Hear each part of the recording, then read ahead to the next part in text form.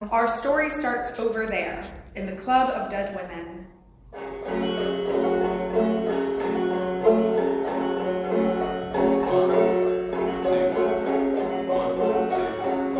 There once was a club that put to death all the pretty girls who know the best their bodies limp, but their stories rest in the belly of a rum and coke. Ha! Soon may we drink with our lost friend, our dredging might be put to bed. One day when the drinks are all but bled, we'll take our leave and go.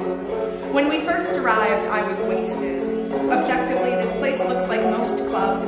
I didn't think much of the slow-moving bodies, the damp air, the water stains on the walls. So I settled in and ordered another drink. I turned my back for like a moment and you'd fizzled into the mouth of the bar. And sure, we hadn't heard from Anne in a while, but I could have sworn she'd come out with us tonight. She usually does.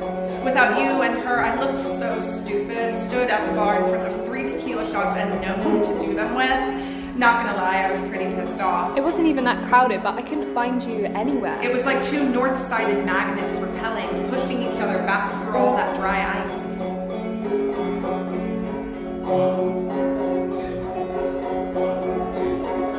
There once was a club that put to death all the pretty girls who you know the best their bodies limp, but their stories rest in the belly of a rum and coke. Ha! Soon may we find some help instead to move these heavy legs of lead. One day when our story is done and dead, we'll take our leave and go.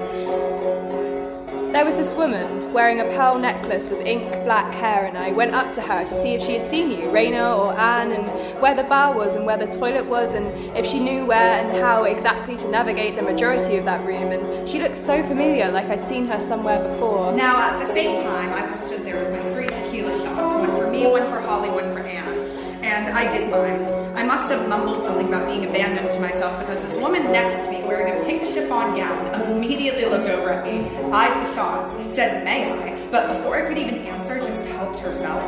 She looked familiar. I swear I've seen her somewhere. In Hollywood in the 60s, in an envy green dress, in dewdrop earrings, next to a man named Richard Burton, next to a fiberglass set, next to a crowd of 20,000 screaming extras. I tapped her on the shoulder and explained that I was looking for my friends. I feel like they're close by. And she laughed in my face. She said, "Congratulations, you are now important enough to be dead." She said, "You really don't know where you are, do you, dear? I used to be just like you, swooning over all those songs about halos. Thought the finality of death would slice me a size thinner."